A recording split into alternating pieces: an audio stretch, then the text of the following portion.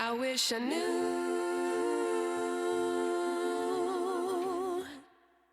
But yeah, where are we on time?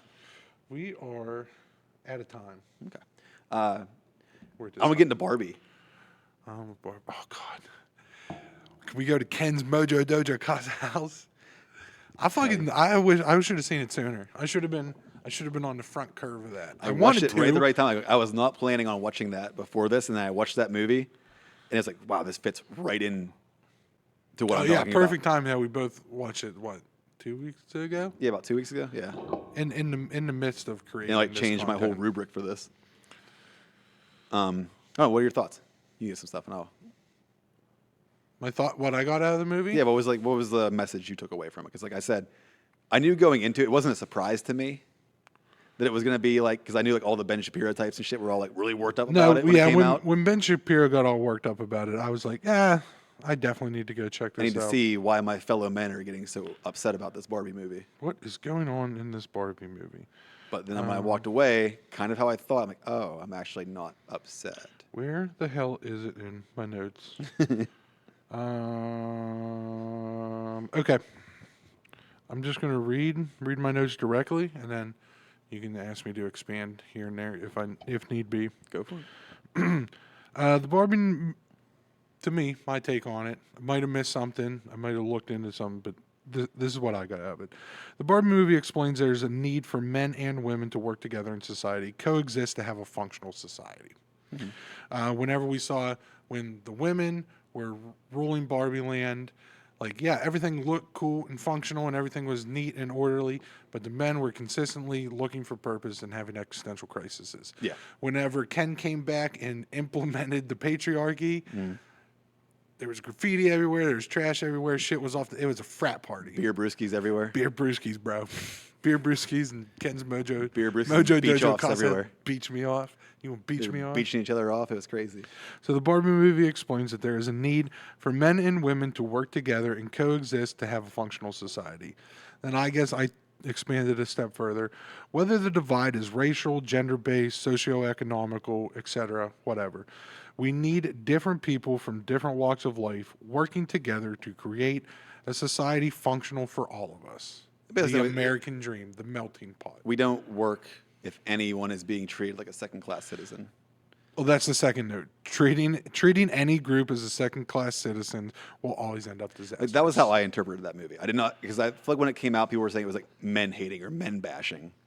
Yeah, I get didn't that. get that. Like, it's comical, and yes, it makes fun of men, but like, this is where you have to read into things and take the message and the arc that Ken goes through in that. And like, Well, okay, so like the beginning of the movie is, women run everything. Look at this utopia. basically, they switch But then roles. They switch yeah. roles of what like women are. They have been at different points in our society. Yeah. The men in this are basically cheerleaders. But women before the The women are they're running before civil rights politics, running starts. businesses, they're doing everything, and the men just walk around with their shirts off, cheering on the Barbies. It's like 1950s America, but role reversed. Yeah. Like, and it's like, so then when he goes to the real world and he sees that men, he's so stoked that men run things. It's almost like the idea of like when women got power, it's like, oh, cool, we can do what the men do. We can implement the major. But Ken was like, oh, we can do what women do. It is role reverses. Yeah. But you see that, and like it sheds a lot because the Barbies then realize like they're subjugating the Kens basically. Yeah, they didn't realize. They were just like, everything's working smoothly. Let's just continue on. Yeah. Let's They were move just kind of forward doing what with the this. patriarchy has done in the past and at different times in different ways, but just role reverse and covering everything in pink. So like, I don't think that movie is painting Barbie Land to be like this utopia. It's like a delusion. Well, that was the thing. It was like the beginning of the movie was, look at Barbie Land. This is a utopia because it is run by women. And then you slowly start to see, well, it's not because the men are suppressed. And then it flips. And then the men ruin everything. Well, they can't run it together by themselves. It has to be a cooperative effort. You need a little of this, you need a little of that. You need a little country and a little rock and roll. Yeah, I like that. South Park quote. But I like, yeah, because but they deal a lot with expectations. Because like the women in the real world like inform Barbie that like how in a way she contributed to like patriarchy. When the daughter grills her, at, Yeah, like like she's like, lunchtime no, or whatever. you have given us these unrealistic expectations, and it set us up for disappointment. And but it's also what is happening to the Kens in Barbie Land. Yeah. They're being set up to, like, their full expectation is to get Barbie to love them, and then when Barbie doesn't, they have no other sense of purpose. Then their expectations are shattered because they It can aren't. never be because what's the one quote he said? Barbie says at the end whenever they're like coming to the realization and compromising, it's just like, yeah, okay, like every night doesn't have to be girls' night. Yeah, Because like in the beginning, Ken was trying to come over. He's like, "You think I could come over and spend a night?" And she's like, "For what?" I don't know. Well, it's a girls' night, but every night's girls' night. yeah, And then at the end of the movie, she's just like, every night doesn't have to be girls' night. yeah. And whenever they come back to Ken, it's every night's boys' night. Yeah. They're in their Mojo Dojo Casa House, drinking beer brewskis and worshiping horses. Horses are just men extenders.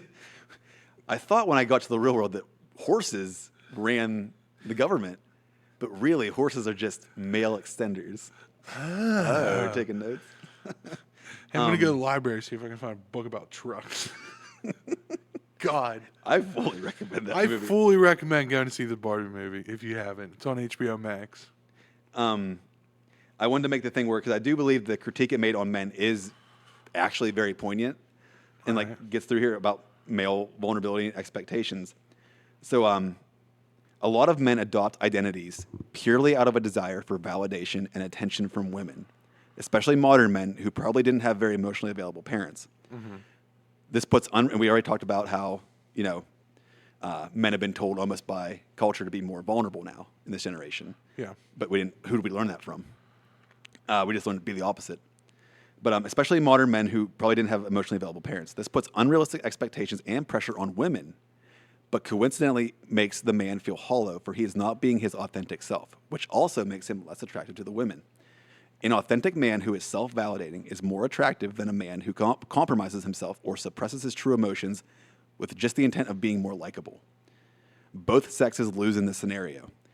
The woman is with an inauthentic man, and the man is playing a character that will eventually cause him to become bitter and unfulfilled.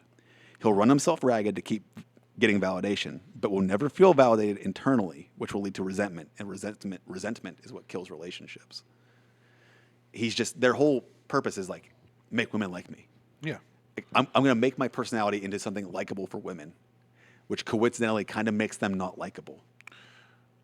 Is that why all the Barbies were turned off from all the Kens? Yeah, they didn't actually, because they knew that. Yeah. It's like, intrinsic to Ken. Is it the I know I could have him at any moment. Yeah. So I don't want it. Yeah. And then he has a realization after the meme, I'm Knuff. Yeah. But it's like a joke, but she's like, kind of like, that's him, like, you have to self-validate. Yeah. You are enough as an actual individual. You don't have to just be like my cheerleader. You are enough as your own individual. You can validate yourself. You don't need me to validate you. And like I could be interpreting this all wrong, but these are the messages I got. I don't think it was toxic towards men. No. That's what I think a lot of people in the internet. Oh, it's so. That's empowering. I took it as empowering. It's like you like Ken doesn't need Barbie's approval. He's enough. Ken is enough. But I'm also a man who's going through this journey of like, I went through the male Canaan event. Mm-hmm. I'm emotionally intelligent, working on my shit. So I'm not feeling insecure. So me watching a movie that is poking fun at insecure men isn't really bothering me or triggering me. Oh, so is it? It's like everyone was that Ken at some point.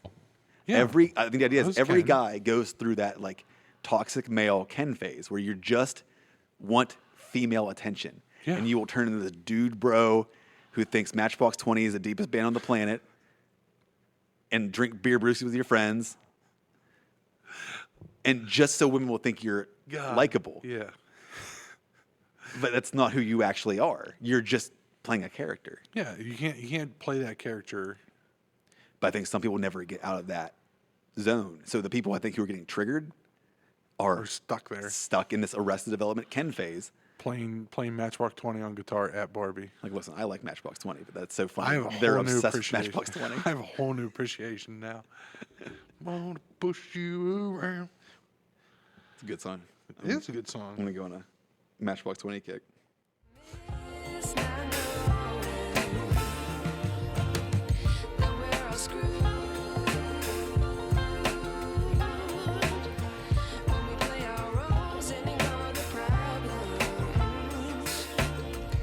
I wish I knew.